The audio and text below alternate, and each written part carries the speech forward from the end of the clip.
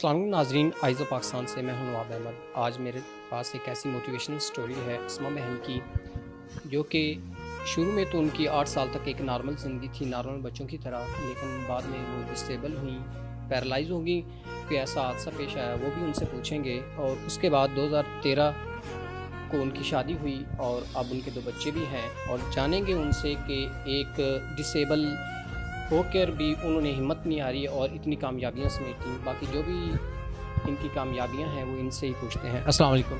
वालेकुम अस्सलाम।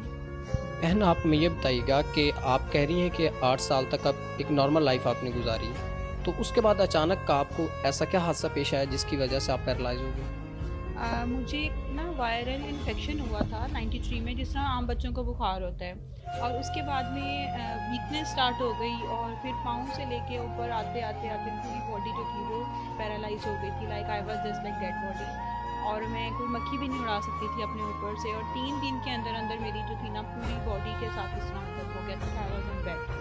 और सांस भी रुकने लग गया था, और यही लग रहा था कि पता नहीं अब बचना भी है कि नहीं बचना। और किसी को समझ ही नहीं आई थी उस टाइम पे, हमारी साइंस इतनी ज़्यादा आगे नहीं थी कि समझ नहीं आई थी कि प्रॉब्लम क्या हुई है, मसला कहाँ पेश आया है। फिर आहिस्ता आहिस्ता डॉक्टर्स को भी 3 दिन लगे थे ऑलमोस्ट ये बात जानने में कि आपको बीमारी क्या हुई है। It is just like polio की तरह की बीमारी होती है जिसको हम जीबी सिंड्रोम कहते हैं।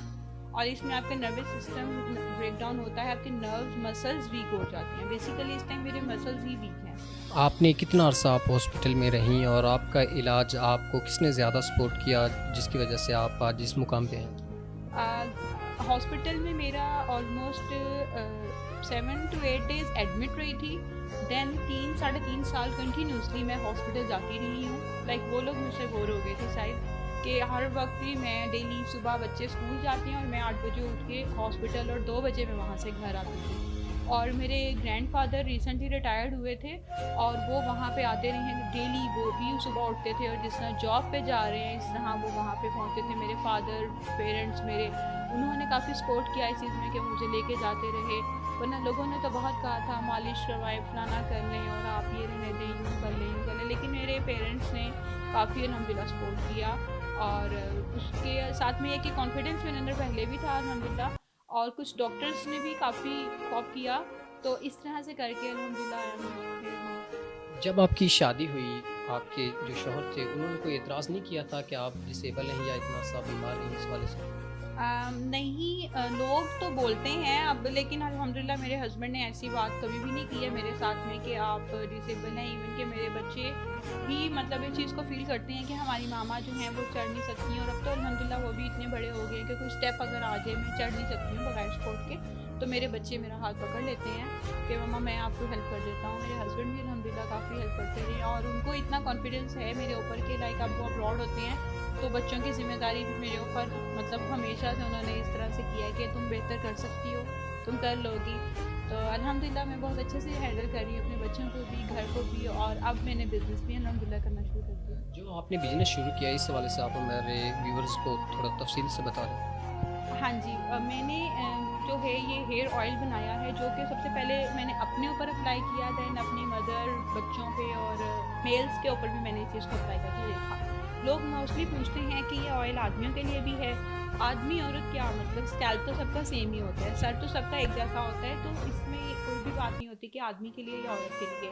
तो सेकंड ये कि ये वाला ऑयल बच्चों पे भी मैं अप्लाई कर चुकी हूँ, मैं बड़ों पे भी अप्लाई कर चुकी हूँ। इसका मतलब है टोटली 24 मतलब सब लोगों के ऊपर ये अप्लाई हो सकता है। और इसमें मैं काफ़ी अच्छे इंग्रेडिएंट्स डालती हूँ जो कि घर के हैं, और कोई फैक्ट्री वगैरह में नहीं बनता, मैं खुद घर में बनाती हूँ। मैं और मेरी हेल्पर हैं साथ में, हम मिलके बनाते हैं, और उसके बाद में हम इनको बॉटल्स में डालते हैं और स्टिकर करते हैं। और इसका ये है कि आपके डेड हेयर्स हों, हाईलाइट स्टिक करवा करवा के बाल ख़राब हो चुके हों, और आपकी ग्रोथ ना हो रही हो, ग्रोथ रुक गई हो। लाइक मेरे यहाँ तक बाल थे और मेरे इसके बाद में कभी बाल आगे गए ही नहीं थे, लेकिन अब मैं लगाती हूँ तो अल्हम्दुलिल्लाह बालों की ग्रोथ भी अच्छी हो रही है। इसके साथ में आपकी डैंड्रफ जो आजकल बहुत कॉमन प्रॉब्लम है, छोटे बच्चों में भी अब ये मसला आ चुका हुआ है, इसका बहुत अच्छा मुझे जो सुनने को मिला है, मुझे बहुत अच्छी खुशी होती है इस चीज़ पे कि बॉयज़ जब हम बताते हैं कि हमारे बालों पे अक्सर हो गया, क्योंकि बॉयज़ को लेट हमें समझ लगती है, गर्ल्स को तो पहले वॉश में भी फीलिंग आ जाती है, क्योंकि इसके अंदर विटामिन ई है, वो बालों को बहुत स्मूथ कर देते हैं, सिल्क कर देते हैं, कंडीशनर की भी ज़रूरत नहीं पड़ती। लेकिन जब मुझे बॉयज़ ने कहना शुरू किया कि आपका ऑयल हमें सूट कर गया, तो that was very good achievement for me कि यार आप मतलब आप सही, मुझे लग रहा था कि हम सही तरफ चल पड़ेंगे। अगर कोई आपसे रब्ता करना चाहता है, इस चीज़ को आपसे परचेज़ करना चाहता है, तो वो आपसे कैसे रब्ता कर सकते हैं? क्या कोई आपका पेज है यूट्यूब पर या इंस्टा, फेसबुक? नहीं, यूट्यूब पे मैं अभी नहीं आई हूँ। आई डोंट नो आती हूँ कि नहीं, लेकिन अभी बिल्कुल टाइम नहीं होता, बहुत काम होते हैं। बच्चों को देखना, घर का करना, फिर बाहर के काम, फिर बिज़नेस का देखना, और मैं ना फ़िलहाल फ़ेसबुक और इंस्टाग्राम के ऊपर ही हूँ, और मार्केटिंग टीम भी अभी मैंने इस तरह हायर नहीं की क्योंकि इतनी मेरी इन्वेस्टमेंट अभी मतलब हो रही है। प्रोडक्शन इतनी ज़्यादा नहीं आई है कि मैं एक मार्केटिंग टीम हायर कर लूँ जो कि मेरे अंडर काम करते हो। और बाकी ये कि फेसबुक और इंस्टाग्राम के ऊपर मेरा पेज है pure O hub, like pure organic hub के नाम पे है। और वरना अगर यहाँ से आप लोग मैसेज कर सकते हैं, अदरवाइज़ आप व्हाट्सएप पे कर सकते हैं। वो नंबर मैं आपको बता देती हूँ, 0324242421 इस पे आप ऑर्डर भी कर सकते हैं, कॉल करके इन्फॉर्मेशन भी ले सकते हैं, और इस पे आप जो है डिटेल में मतलब गाइड कर देती होती हूँ अगर कोई लेना चाहे तो। लास्ट में सिस्टर आपसे ये पूछूंगा कि आप डिसेबल थी, तो जो भी इस तरह के होते हैं डिसेबल, उनके लिए आप क्या मैसेज देना चाहेंगे कि इंसान को हिम्मत नहीं हारनी चाहिए अगर कोई भी उस पर मुश्किल आती है? हाँ जी, वो एक कोई शेर याद आ गया मुझे कि मुश्किलें इतनी पड़ी कि सब आसान हो गई। तो ये तो है, मुश्किल तो सबको आती है और हर फील्ड में हर बंदे को होती है। Everyone is have problem in their life, और मेरे साथ भी बहुत मुश्किलें स्टिल हैं, थी। लेकिन ये कि मैंने अपनी स्पेशलिटी को लेके सोचा हुआ है, if we are special, we are like not disabled, we are special. If you are special then be a special man. आप एक स्पेशल और ख़ास आदमी बन के दिखाएँ अपने आप को।